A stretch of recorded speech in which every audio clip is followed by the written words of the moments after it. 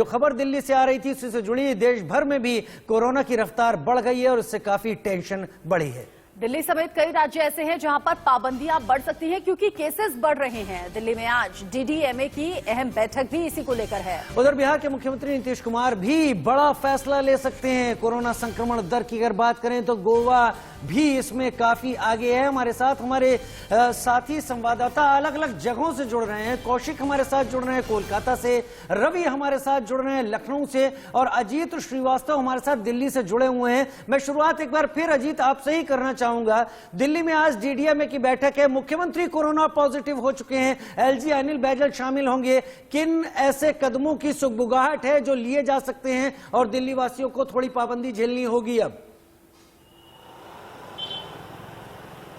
देखिए, सबसे पहले जो पाबंदियां थी, अब लगता है कि वो पाबंदियां सख्ती से अब इसे इंप्लीमेंट करने की बात की जाएगी, क्योंकि खुद अब मुख्यमंत्री भी अरविंद केजरीवाल खुद कोरोना पॉजिटिव है। उसको देखते हुए भी डीडीएमए के चेयरमैन जो एलजी होते हैं, उपराज्यपाल, वो भी अपने आप को एहतियात बरतते हुए नहीं चाहते कि लगातार जो केसेस दिन पर दिन बढ़ते नजर आ रहे हैं। आज जिस हिसाब से अगर हम 24 घंटे की रिपोर्ट की बात कर ले तो 4099 केसेस जो सबके सामने आए हैं, चौंकाने वाले आंकड़े हैं। कहीं ना कहीं लगातार जो केसेस बढ़ रहे हैं उसको लेकर चिंताएं बनी हुई है। इसलिए अब तमाम जो मार्केट हैं, तमाम जो भीड़ भाड़ वाले इलाके हैं, उस पर प्रतिबंध लगाने की बात हो सकती है। उस पर सख्ती से इंप्लीमेंटेशन की बात होगी। कहीं ना कहीं जो अभी लापरवाहियां थोड़ी बहुत देखी जा रही थी, अगर उन लापरवाही में भी कोई भी लापरवाही करते नजर आता है, उसके खिलाफ भी कार्रवाइयां होते हुए नजर आ सकती हैं।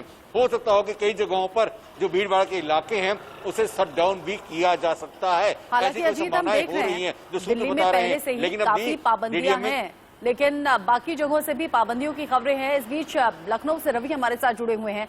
रवि, उत्तर प्रदेश जहां जनसंख्या सबसे ज्यादा है देश में, ऐसे में उत्तर प्रदेश में कुछ और पाबंदियां हो सकती हैं क्या, क्योंकि केसेस तो बढ़ रहे हैं? हाँ, देखिए, अगर कितनी तेजी से बढ़ रहा है इसकी बात करें तो बीते 24 घंटे से अगर हम बात करें, 24 घंटे करीब 572 नए मरीज मिले हैं। उसके अलावा अगर बात करें तो राजधानी लखनऊ में संक्रमित मरीजों की संख्या है वो करीब 360 हो चुकी है, यानी कि 100 से भी कम थी, वो 360 हो चुकी है। लखनऊ में कल के दिन बाद बीते 24 घंटे में जो आंकड़ा आया है वो 86 मरीज बढ़े हैं। उसके अलावा गाजियाबाद में 130 आए हैं। उसके अलावा गौतम बुद्ध नगर में 101 मरीज मिले हैं। करीब 2261 ये संख्या है उत्तर प्रदेश में संक्रमित मरीजों की। और लगातार अगर बात करें, संक्रमण एक बार तेजी से पैर पसार रहा है। अगर बात करें तो 31 तारीख और 1 तारीख और फिर 2 तारीख, उसके बाद से लगातार संक्रमण बढ़ता जा रहा है। और आज भी माना जा रहा है कि आज भी संक्रमित मरीजों की संख्या है वो कुछ इससे भी बढ़कर आ सकती है। हालांकि नाइट कर्फ्यू चल रहा है, रात के 11 बजे सुबह 5 बजे तक नाइट कर्फ्यू चल रहा है। बाजारों में भी लोगों से, जो दुकानदार है या कारोबारी, उनसे साफ कह दिया गया है कि जो भी लोग अगर दुकान पर आते हैं या खरीदारी करने आते हैं बिना मास्क के आते हैं तो उनको सामान ना दिया जाए। हालांकि सड़कों पर भी सख्ती हो रही है, लेकिन उसके बावजूद भी लापरवाही वो देखने को मिल रही है। लोग भीड़ की शक्ल में बाजारों में निकल रहे हैं, बिना मास्क के निकल रहे, सोशल डिस्टेंसिंग का भी पालन नहीं कर रहे हैं। रवि, आप लखनऊ में हैं, आप जो बातें बता रहे हैं, नाइट कर्फ्यू की शुरुआत उत्तर प्रदेश में हुई, हरियाणा में हुई, दिल्ली में भी ये नाइट कर्फ्यू है, पाबंदियां धीरे धीरे बढ़ रही हैं यहाँ पर। रवि, क्योंकि लखनऊ में है, आप क्या इस तरह की कुछ जानकारी आप तक पहुंच पा रही है कि आगे आने वाले दिनों में हम एक मिनी लॉकडाउन उत्तर प्रदेश में देख सकते हैं? सबसे ज्यादा जनसंख्या, जैसा रचना ने कहा, तो खतरा भी ज्यादा है उत्तर प्रदेश में।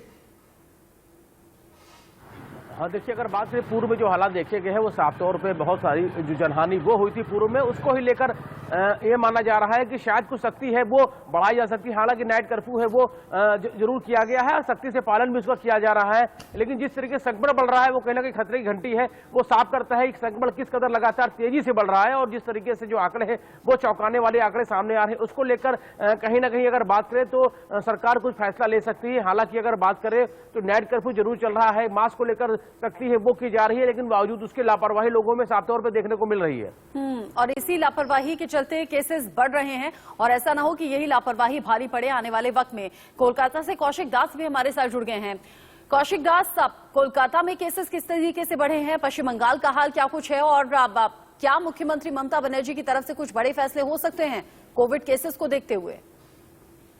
हेलो हेलो हेलो, कौशिक दास से हम बात करेंगे जी। हर कहीं हम कोशिश करेंगे कौशिक से संपर्क साधने की, लेकिन इस बीच अजीत मेरे साथ जुड़े हुए हैं और हम लोग तमाम जानकारियां दे रहे हैं कि कड़े कदमों को उठाने की तैयारी शुरू हो गई है। अजीत, बहुत संक्षेप में आपसे जानना चाहते हैं, दिल्ली में मुख्यमंत्री कोरोना पॉजिटिव हुए हैं, यह गंभीरता को दिखाता है। वो लोग जो अभी भी लापरवाही बरत रहे हैं, क्या अजीत ऐसे अंदेशे हैं? आपका एनालिसिस क्या कहता है? क्या हम छोटे से मिनी लॉकडाउन की तरफ दिल्ली एनसीआर में आगे बढ़ रहे हैं?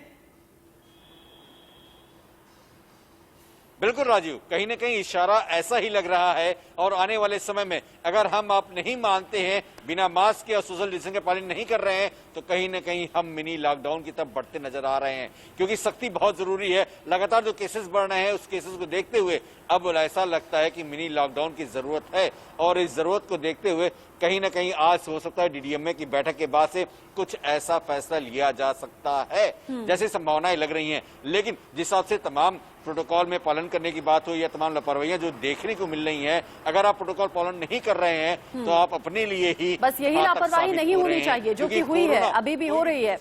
एक काम कीजिएगा, नजर आप बनाए रखिएगा डीडीएमए की बैठक में क्या कुछ निकलकर सामने आता है। अजीत, बहुत शुक्रिया आपका। कौशिक दास, आपका भी शुक्रिया। और रवि, लखनऊ से हम तक अपडेट पहुंचा रहे थे, बहुत शुक्रिया। लेकिन राजीव, फिर वही फिक्र वाली बात है, न्यू ईयर पर अलग अलग जगह से जो तस्वीरें सामने आ रही थी, अब उसी का नतीजा है कि जगह जगह कोरोना विस्फोट हो गया है। गोवा में हर 100 में से 26 लोग कोरोना पॉजिटिव अगर निकल रहे हैं, तो समझिए इसी तरह शिमला, मनाली, न जाने कहां से न्यू ईयर सेलिब्रेशन की तस्वीरें सामने आई थी। एहतियात जरूरी है। और अगर ऐसी स्थिति में लोग नहीं समझते तो लॉकडाउन के लिए तैयार रहना ही आखिरी उपाय बचता है। एक छोटा सा ब्रेक ले रहे हैं, जल्द हाजिर होते हैं।